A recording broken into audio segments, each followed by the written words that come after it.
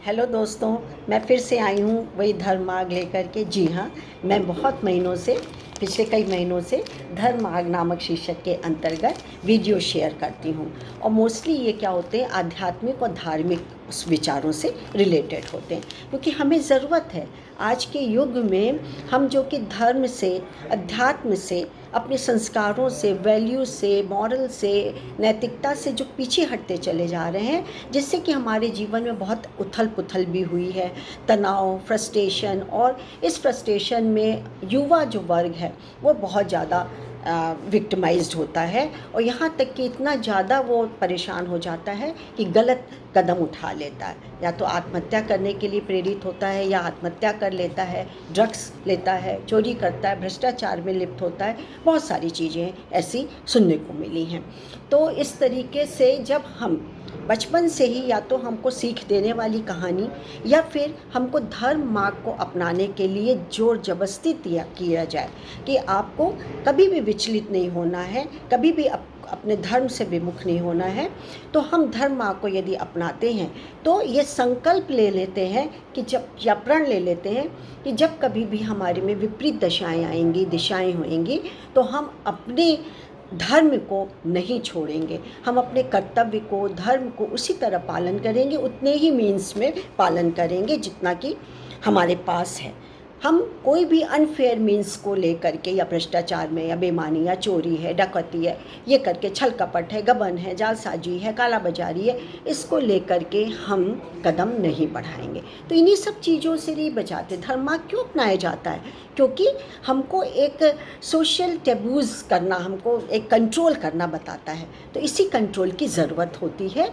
इसीलिए मैं ये धर्म मार्ग नामक शीर्षक के अंतर्गत वीडियोज़ भेजती हूँ।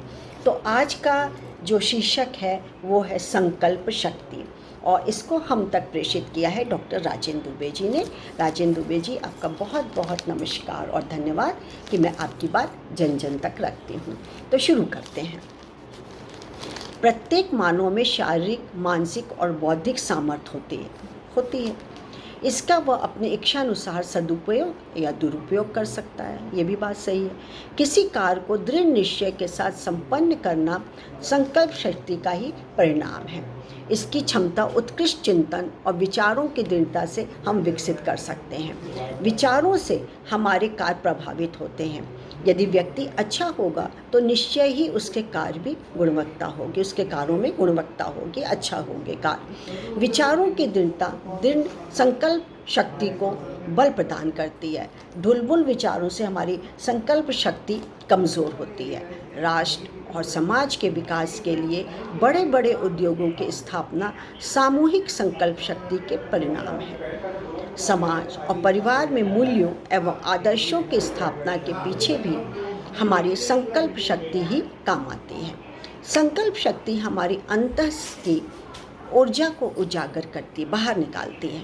रचनात्मक एवं सामूहिक हित के कार्यों के लिए तो संकल्प शक्ति का होना आवश्यक है, बहुत जरूरी है। संकल्प शब्द की गरिमा हृदय की इच्छा से है। इसका संबंध शरीर से नहीं, आत्मा से है। संकल्प का शाब्दिक अर्थ है दृढ़ता, अर्थात पक्का इरादा, ठोस इरादा। तस से मस नहीं होंगे, प्राण जाए पर वचन न जाए। इसके लिए हमें अपना आत्मबल विकसित करना होगा। कमज़ोर मनस्थिति वाले व्यक्ति का आत्मबल भी कमज़ोर होगा, जो हमारे संकल्प को भी कमज़ोर करेगा।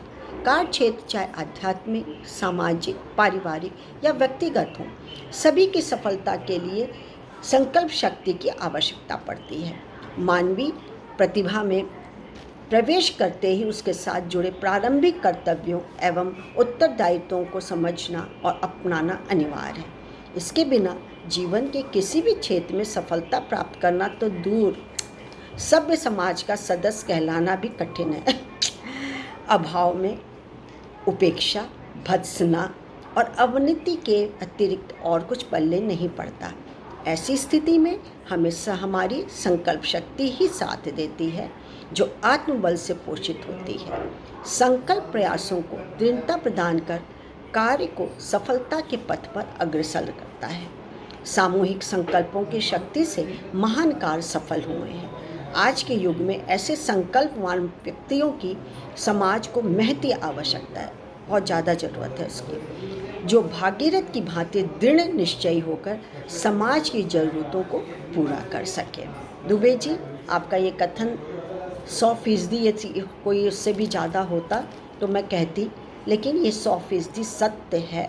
बहुत उचित और गहराई वाले आपके विचार हैं, मुझे बहुत पसंद आए, इसीलिए मैं आपके विचार दूसरे तक भी प्रेषित करती हूँ। इसके लिए आपका कोटि कोटि धन्यवाद। तो श्रोताओं, मैं आज आज्ञा लेती हूँ, फिर एक नए विचार के साथ, चाहे वो आध्यात्मिक हो चाहे धार्मिक हो, एक विचार के साथ प्रकट होंगे। तब तक तो मुझे जाने दीजिए ना।